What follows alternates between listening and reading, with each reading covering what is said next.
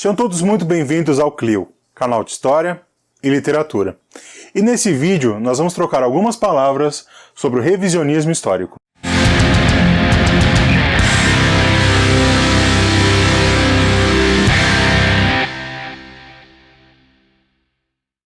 Um dos maiores problemas que professores de história e historiadores encontram ao longo de sua jornada profissional é o fato se história possui ou não uma verdade. Verdade aqui precisa ser entendido como um fato, um episódio, incontestável e irrefutável. Ou seja, alguma coisa que aconteceu e que há registro documental ou monumental sobre esse evento. Ou seja, verdade aqui encontra contornos de narração, que é geralmente uma das partes do ofício do historiador que não é contestada pelo senso comum. Porque contestar a narrativa demanda tempo, demanda disposição, além de análise, técnica de análise documental, seja em arquivos públicos ou privados. Narrar um episódio, um evento, entretanto, é apenas uma das tarefas que se espera de um bom historiador. A outra, e talvez até mais importante, seja dar hermenêutica para esse episódio, ou seja, dar significado e sentido para os eventos narrados. Em português, infelizmente, o sentido das palavras para narrar e interpretar uma história se perdeu e tem um sentido próximo, o que não acontece, entretanto, em inglês, onde você tem story e history com sentidos totalmente diversos e diferentes. Dessa forma, para a gente, no senso comum, fica muito difícil definir para que raio serve afinal um historiador. E é dessa confusão que surge um espaço para pessoas que não são historiadoras profissionais lançarem estudos sobre o passado, entregando uma obra que é de pesquisa documental e de reflexão, que, como nós vamos ver mais para frente, não é uma coisa nem outra. Infelizmente, há muito achismo no mercado editorial destinado à história para além dos muros acadêmicos. E é justamente aqui que surge um espaço ideal para o tema do nosso vídeo, o revisionismo histórico. Em termos conceituais, é dever de todo historiador fazer revisionismo histórico. É dever do historiador olhar para trás e colocar o seu objeto de estudo em perspectiva, criando assim uma reação de diálogo, uma dialética com estudiosos do tema, sejam esses estudiosos do tempo presente ou estudiosos que estão no passado, fazendo assim revisionismo. Aqui reside um problema muito sério para o historiador profissional. Diferentemente das ciências ditas naturais ou das ciências ditas duras, o historiador não pode simplesmente esquecer o passado da história. E, infelizmente, com todo perdão no trocadilho, o passado se encontra muito presente no fazer historiográfico. Tanto que há historiadores que são especialistas em fazer leituras críticas de outros historiadores, o que não diminui em nada o seu valor, seja como pesquisador, seja como historiador. Ou seja, para o historiador, se há uma verdade histórica, ela está sempre em revisão, seja através de novas descobertas documentais, seja através de reinterpretação e ressignificação dos eventos postos. A esses dois fenômenos, ou seja, de revisitar o passado para ressignificar ele e de rever o passado, se dá o nome de revisionismo histórico. Se nosso vídeo terminasse aqui, revisionismo histórico seria um conceito e uma ferramenta maravilhosa. Porém, há uma parte do revisionismo histórico que se choca diretamente com o conceito de verdade histórica. Como sabemos, há inúmeras pessoas que possuem uma visão de história totalmente diferente da linha adotada pela historiografia acadêmica. Há pessoas que negam, por exemplo, que houve o Holocausto, ou que ocorreram ditaduras militares na América do Sul a partir dos anos 60. Fora a polêmica mais do que vazia e totalmente inútil para definir se o nazismo é uma ideologia de esquerda ou de direita.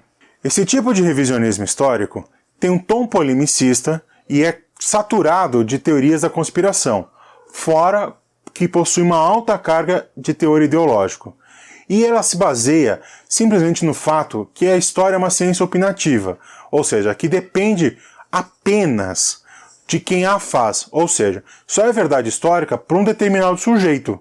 O que, convenhamos, é uma baboseira e uma asneira sem tamanho.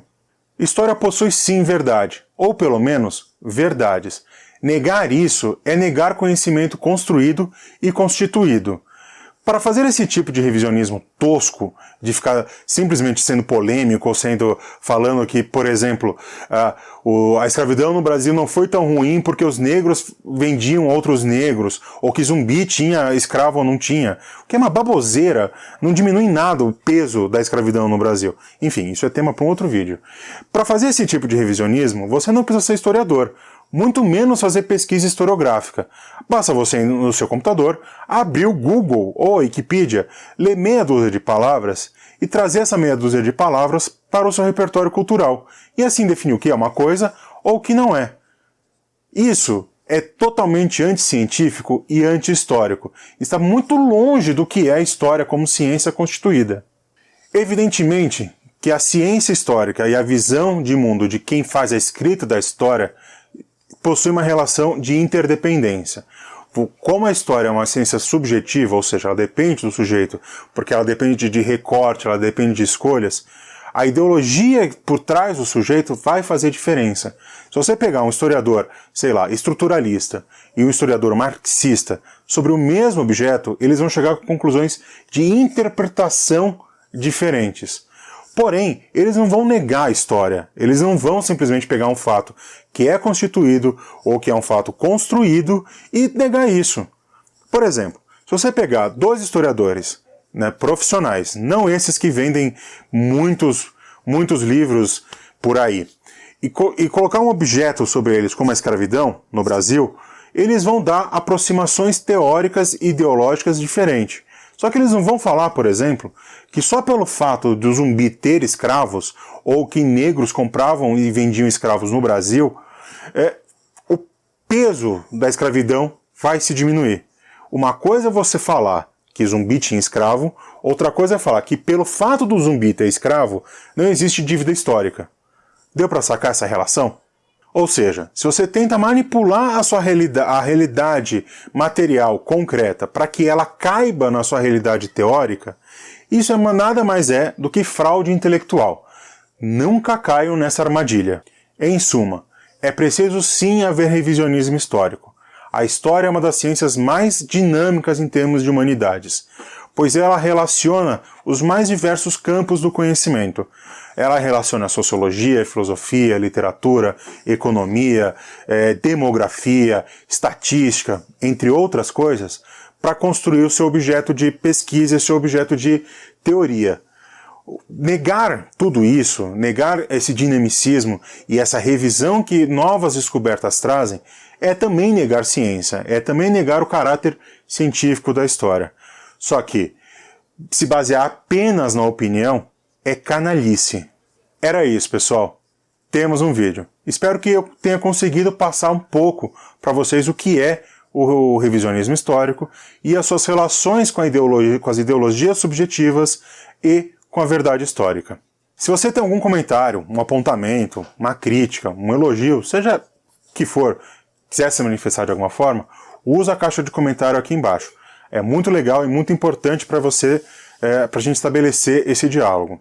Aqui em cima vai aparecer um botão de se inscrever no canal. Se você ainda não é inscrito, se inscreva no canal e ative as notificações. Se você é inscrito, tenha certeza se você está recebendo as notificações. Se você não recebe, é só clicar no sininho que você passa a receber todas as nossas notificações. Vai aparecer também ainda o último vídeo postado aqui no canal, numa caixinha, e outra caixinha com alguma sugestão do YouTube de conteúdo aqui do canal para você.